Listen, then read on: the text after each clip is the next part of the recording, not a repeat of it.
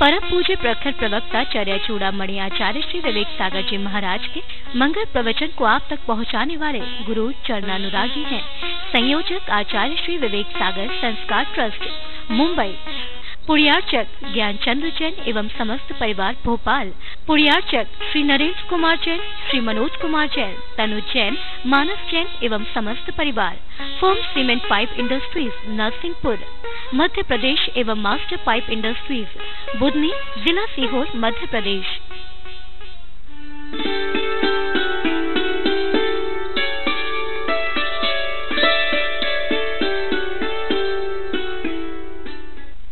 वो स्वस्थ अवस्था में यदि हमने कुछ कर लिया होता तो इस आत्मा का विकास हो गया होता, आत्मा का उत्थान हो गया होता, आत्मा का कल्याण हो गया होता।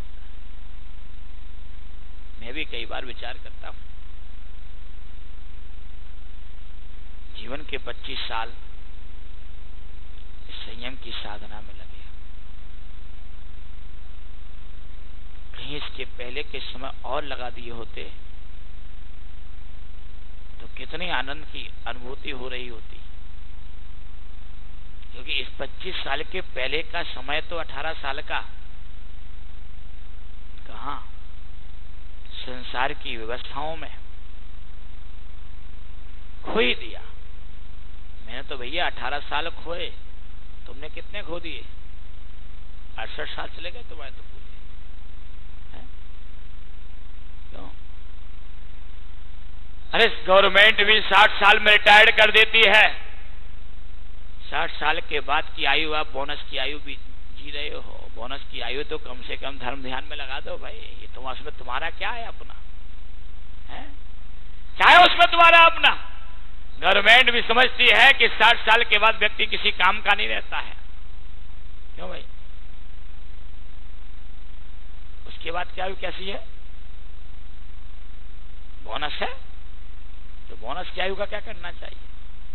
उन्हीं नातों पोतों में लगा देना चाहिए। अरे उस बोनस की आयु को तो परमात्मा के याद में, परमात्मा के स्मरण में लगा देना चाहिए। यदि परमात्मा को हमने बुद्धि पूर्वक स्मरण कर लिया, इस मनुष्य जीवन की सही उपयोगिता है। मनुष्य जीवन का सही समय अंत समय में भी, क्योंकि आचार्य भगवान कहते हैं कि अंत भला सो क्या है? सब भला। प्राणों में ही परमात्मा की प्राण धारा होती है। कहां पर? हमारे स्वयं के प्राणों में ही परमात्मा बसा हुआ है और प्राणों में ही परमात्मा की प्राण धारा बहती रहती है। यदि हमारे प्राणों के अंदर परमात्मा की प्राण धारा बह रही है और उस प्राण परमात्मा के स्मरण में हम अपने समय को लगा दिया करते, अपने समय को गुजार दिया करते हैं, तो बोनस की आयु भी हमारे लिए काम की उपयोगी बन जाया करती है। जब तक हमारे संबंध मधुर हैं, श्रेष्ठ हैं, तब तक तो हम कोई फिक्र करते ही नहीं किसी से।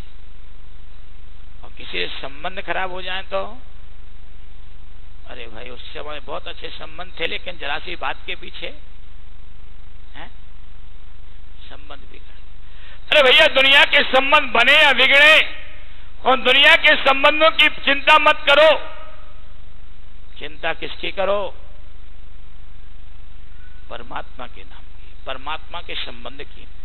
यदि वो परमात्मा का संबंध हमारा यथावत व्यवस्थित यथार्थ बना हुआ है, परमात्मा से अपने संबंध को सही बना लिया है, परमात्मा के पाद मूल में यदि हमारा समय गुजर गया तो परमात्मा का सही संबंध ही हमारे जीवन के लिए कल्याणकारी बनता है।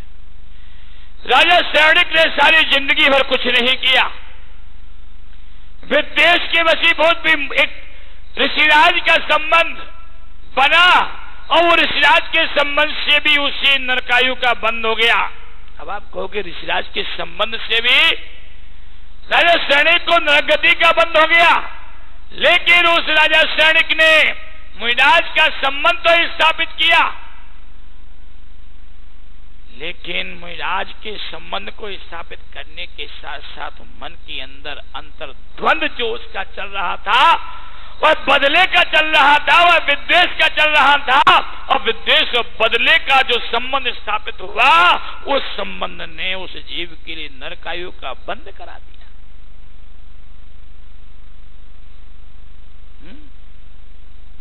जब उसी जीव का उसी जीव से, यानी उसी श्रेणी का उन्हीं मुराद से पुनः संबंध स्थापित हुआ,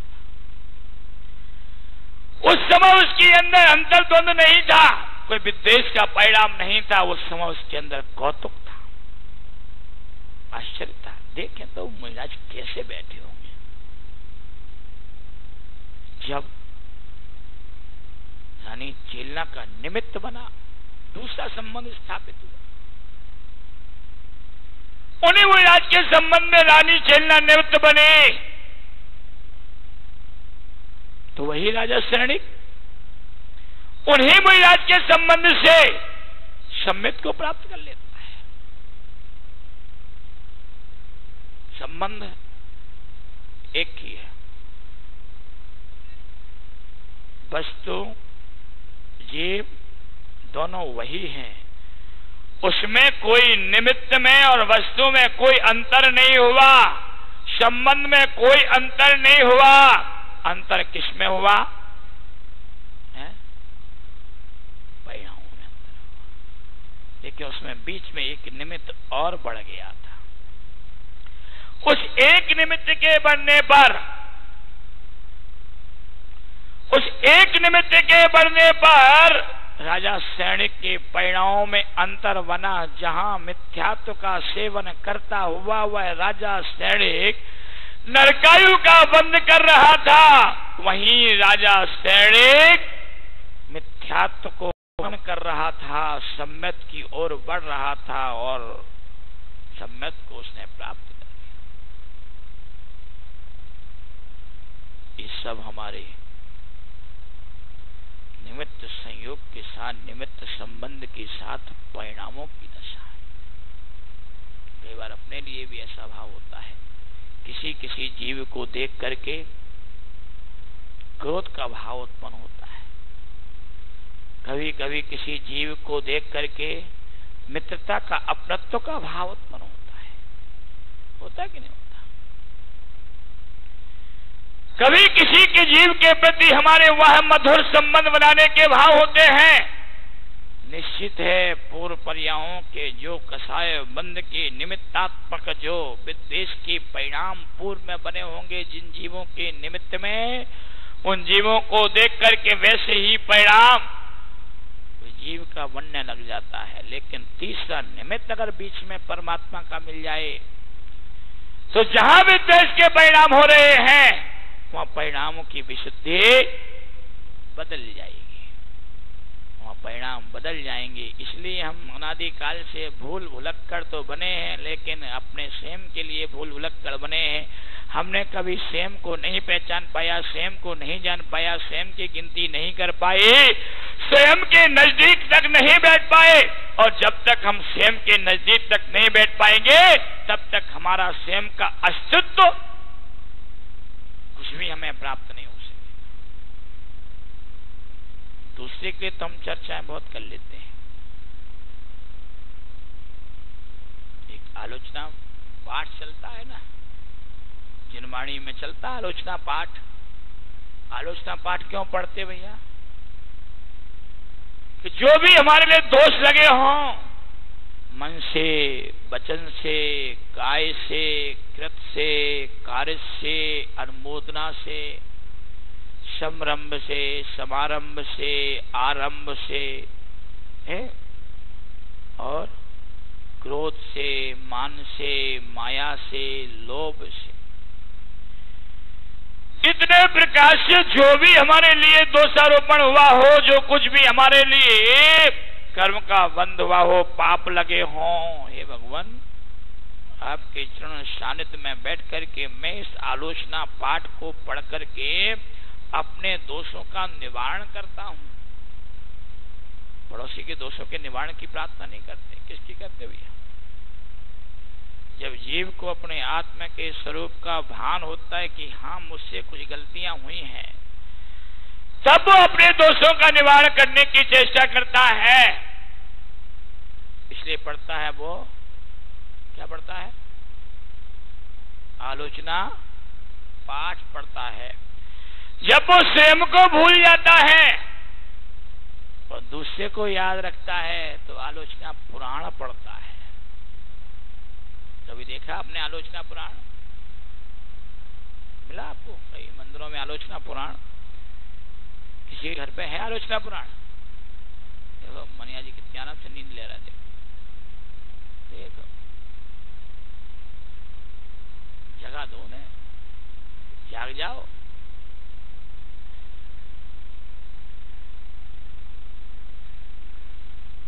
मनिया जी आपकी लाइब्रेरी में आलोचना पुराण मिलेगा क्या? है तो आज लाके देना मेरे को आलोचना पुराण।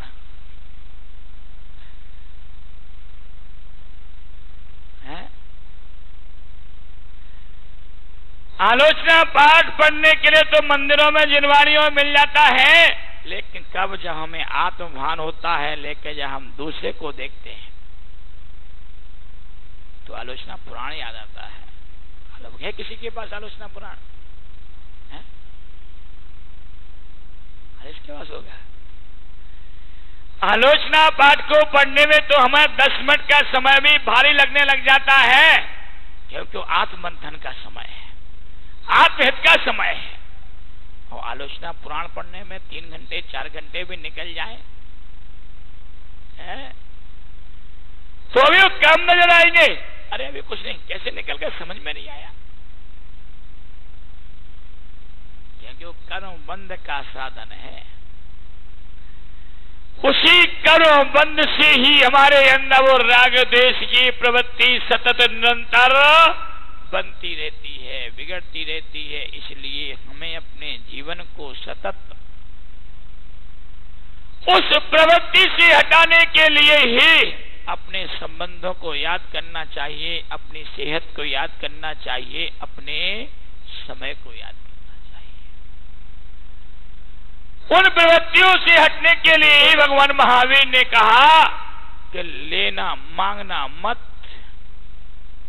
क्या करना? देना। दो दोगे तो तुम्हारा भला होगा, देने से ही भला होगा, मांगने से कभी भला होने वाला नहीं है। मांगोगे तो दूसरे की वस्तु और हमारे पास आ जाएगी, मांगने से तो दूसरे की वस्तु हमारे पास आती जाएगी, और जब दूसरे की वस्तुएं भी हमारे पास आती जाएंगी तो अपनी वस्तु को फिर भूलते जाएंगे, विस्मृत होते जाएंगे, विस्मरण करते जाएंगे। इसलिए आचार्य भगवंत कहते हैं कि अपने जीवन को यदि वास्तविकता में आनंदमय बनाना है, अपने जीवन को वास्तविकता में सुखमय बनाना है, तो अपने जीवन में अपने आप को पहचानो, अपने आप को कभी भूलो मत। क्योंकि संसार में जहां हम अपने आप को भूल रहे हैं, वहां मिथ्यात्व से हम ग्रसित होते चले जा रहे हैं और सम्यक से हम परे होते जा रहे हैं। लेकिन आचार्य भगवंत कहते हैं कि मिथ्या दृष्टि जीव को कितनी ऊंची पहाड़ी पर भी खड़ा कर दो, कितनी ऊंची पहाड़ी पर भी खड़ा कर दो, कितना ऊंचा भी खड़ा कर दो उसको, लेकिन वो कहां देखेगा? नीचे की ओर देखेगा, वो कभी ऊपर की ओर नहीं देख सकता, उसकी दृष्टि कभी ऊपर की ओर जाएगी नहीं। और सम्यक दृष्टि जीव को समतल भूमि पर भी खड़ा कर दो तो उसकी दृष्टि हमेशा ऊपर की ओर रहेगी, क्योंकि सम्यक का भाव ही कर्म निद्रा का कारण है। मिथ्यात्व का भाव तो कर्म बंध का कारण है, सम्यक का भाव कर्म निद्रा का कारण है। हमें क्या करना है? बंध की निद्रा। चंद्र भाई चाहते तो सब ऐसा ही है, सुना भी ऐसा ही जाता है कि किसी से भी पूछ लो सब यही कहेंगे कि अरे कर्म नजरा हो जाए वो अच्छा, जितने टल जाए जितने चले जाए वो उतना ही तो अच्छा है। है, लेकिन जाएंगे कैसे कर? अपने भाव को तो समता मूलक बनाओ, अपने भावों में तो समता लाओ। जब अपने भावों में समता लाओगे तभी तो निजरा होगी। और समता के भाव के बिना कर्म निजरा कभी होने वाली नहीं है, क्योंकि क्योंकि हर व्यक्ति अपने जीवन का स्वयं सम्राट है, अनुशासता है। कि व्यक्ति यदि अपने जीवन को स्वयं सम्राट समझ ले, व्यक्ति अपने जीवन को स्वयं अनुशासता समझ ले, चलाने वाला समझ ले, तो व्यक्ति का सारा जीवन मधुरमय बन जाएगा, आनंदमय बन जाएगा। और हमें अपना जीवन आनंदमय ही बनाना है। अगर जीवन हम अपना आनंदमय नहीं बना पाए तो जीवन को पाने से लाभ क्या हुआ महेंद्र कुमार जी? इसलिए अपना स्मरण तो करो, दूसरे का करो या मत करो। किसका स्मरण करना है? अपना स्मरण करना है। और अपना स्मरण जब होगा तो आनंद की अनुभूति अपने आप होगी। और उस आनंद को प्राप्त करने के लिए हमें समय, सेहत और संबंधों को तो उसकी मूल्य को तो समझना ही पड़ेगा। मिराज से जिन्हें भगवान से आप संबंध स्थापित करोगे तो क्या होगा? परिणाम श्रेष्ठ बनेंगे, निर्विकल्प बनेंगे, निर्मोही बनेंगे। ये परिणाम बनेंगे। और जब ये परिणाम बनेंगे तो सुख, शांति का अनुभव अपने आप होगा। और यही संबंध है विषयों में, परिवार में, संसार के पदार्थों में स्थापित करेंगे तो क्लेश उत्पन्न होगा। परिणामों में राग उद्देश की प्रवृत्ति बनेगी,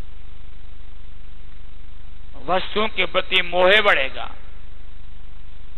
और जब परिणाम क्लेश होंगे, राग द्वेष की प्रवृत्ति होगी, मोह बढ़ेगा, तो क्या होगा? कर्म का आश्रय हो जाएगा, बंद हो जाएगा। और जब वो कर्म उदय में आएगा, उदय में आने वाला कर्म जब इस जीव को दुख देगा तो फिर क्या होगा? और संक्लिष्ट परिणाम। जब और अत्यधिक संक्लिष्ट परिणाम होंगे तो अति संक्लेश भावते मरियो घोर शब्द सागर में पड़े। जब ये संक्लेश परिणाम इस प्रकार के होंगे तो निरंतर अशुभ दशा में परिणमन करते हुए अशुभ कर्म का बंध करता रहेगा। और करते करते कहां की ओर प्रस्थान करेंगे? घोर स्वप्न, उस दशा की ओर प्रस्थान करेंगे। इसलिए जो मनुष्य जीवन का हमारा महानतम समय है, उस महानतम समय का सही उपयोग हमें करना चाहिए। देव पूजा, गुरु उपासना, ये सब हमारे लिए इस वर्ष जीवन में आनंद की अनुभूति कराने वाले साधन हैं। इनसे हमें स्वयं अपना स्वयं का बोध प्राप्त होगा। राग देश की प्रवृत्ति से बचने का सरल उपाय यही है, इसके अलावा हमारे लिए कोई दूसरा उपाय नहीं है। और इतना हम इनके संयोग से, इनके संबंध से अपने राग देश की निवृत्ति कर लें, उतना ही जीवन आनंदित होगा, प्रसन्न चित्त होगा, उतना ही जीवन हमारा श्रेष्ठ।